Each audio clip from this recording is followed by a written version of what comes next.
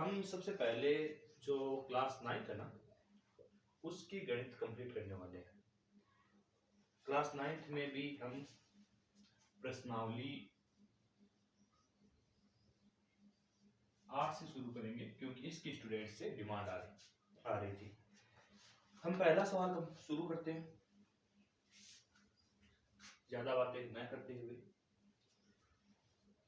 Question number 1। Question number 1 आपको कहा गया है, यदि एक समांतर चतुर्भुज के विकर्ण बराबर हो तो दर्शाएं कि वह एक आयत है। देखो, इसके अंदर ऐसे जो सवाल है जिनमें आपको सिद्ध करना है, दर्शाइए लिखा हुआ है या ऐसे लिखा हुआ है कि सिद्ध कीजिए, तो इन सवालों में सबसे पहले आप लिखेंगे दिया है। दिया है क्या दे रखा है? हमें दे रखा है कि नंबर 1 बात, एक समांतर चतुर्भुज। बात नंबर 2 हमें दे रखी है विकर्ण बराबर है। ये दोनों लिख दी। इसके बाद में हमें सिद्ध करना है, दर्शाइए कि यह एक आयत है। तो आप बाकायदा लिखेंगे सिद्ध करना।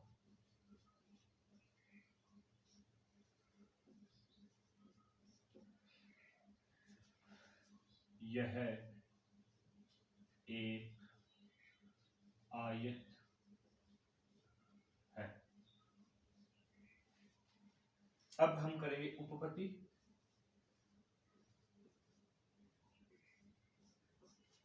उपपत्ति में देख करना क्या, पहले हम समझ लेते हैं। सबसे पहले चित्र बनाइए इसका।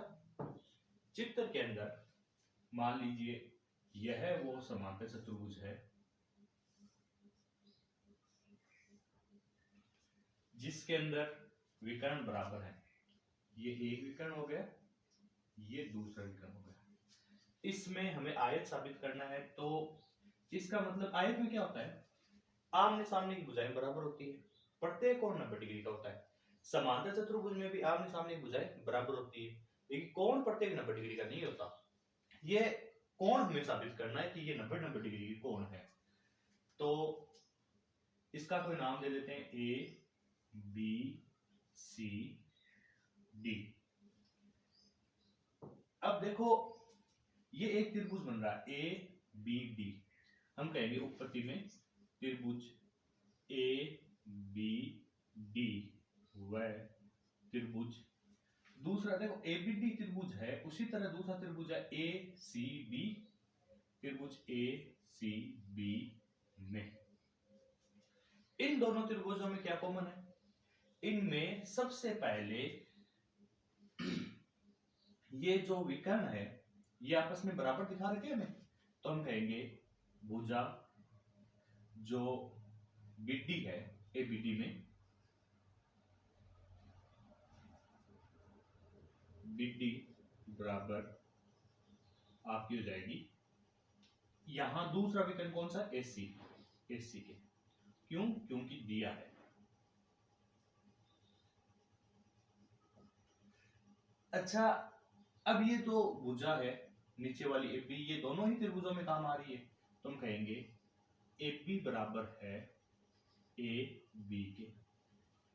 अब तीसरी बात, ये समांतर चतुर्भुज की सम्मुख भुजाएं भी बराबर होती है, तो ए डी जो भुजा है वो ये बी सी के बराबर है।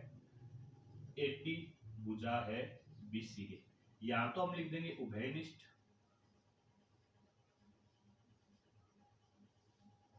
और यहां लिख देंगे समांतर चतुर्भुज की, समांतर चतुर्भुज की सम्मुख भुजाएं।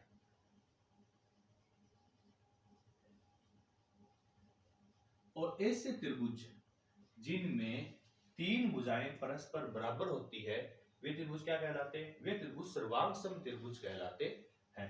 तो इसलिए हम कहेंगे अतः है कौन से नियम से? एस एस एस नियम से त्रिभुज ए बी बी सर्वांग सम है त्रिभुज ए सी बी के। अच्छा, ये दोनों त्रिभुज अगर सर्वांग सम है तो इसका मतलब हो गया, इसलिए संगत कोण, एक तो ये संगत कोण हो गया आपका ए, ये बराबर हो जाएगा बी के।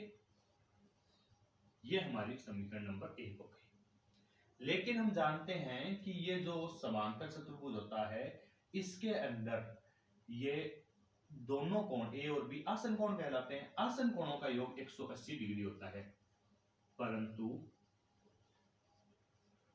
कोण ए प्लस कोण बी बराबर 180 डिग्री क्यों है भाई? क्योंकि ये आसन कोण है, आसन कोण। अच्छा, ये हमारे पास समीकरण नंबर हो गई 2। इन दोनों समीकरणों से हमें क्या समझ में आता है? हम कहेंगे समीकरण 1 व 2 से,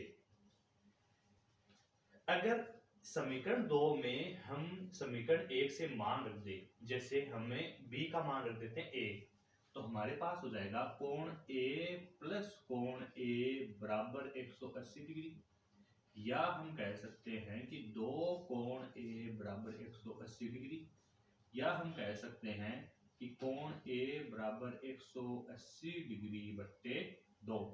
कितनी बार भाग जाएगा? 90 बार। कोण a कितना हो गया? 90 डिग्री। अच्छा, हम यहां लिख रहे हैं कि कोण a b के बराबर है, अतः कोण a बराबर कोण b, ये भी कितना हो गया? 90 डिग्री।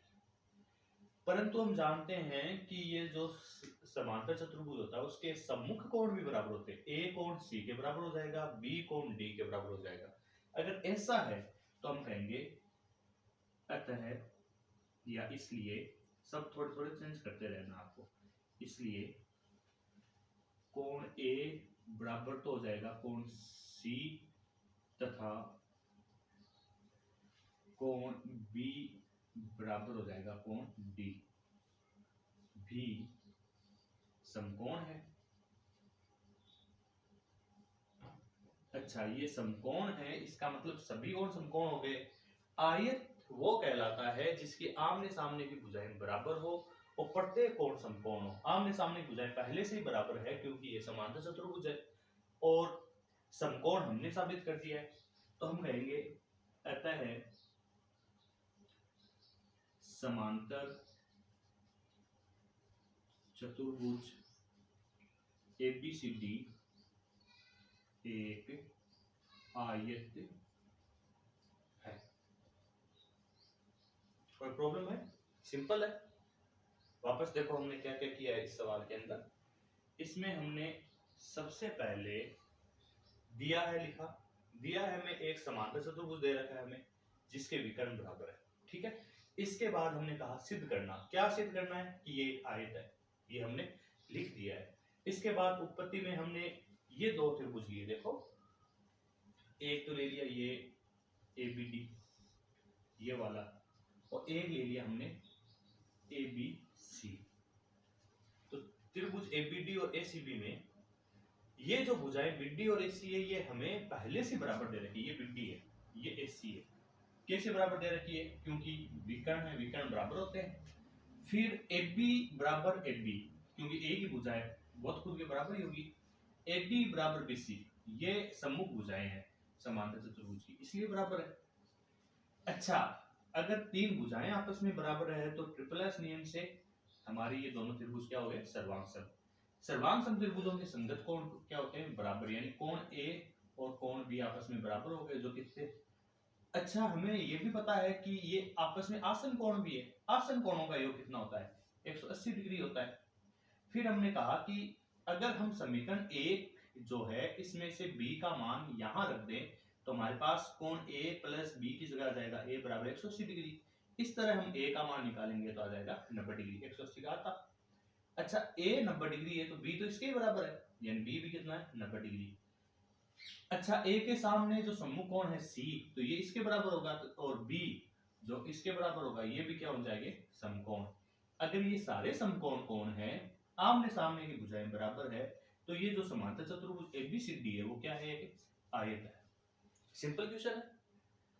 अच्छा, अगले जो क्वेश्चन है हम एक साथ ले लेंगे, और अभी के लिए एक ही क्वेश्चन डाल रहा हूं मैं आपके लिए। चलो ठीक है।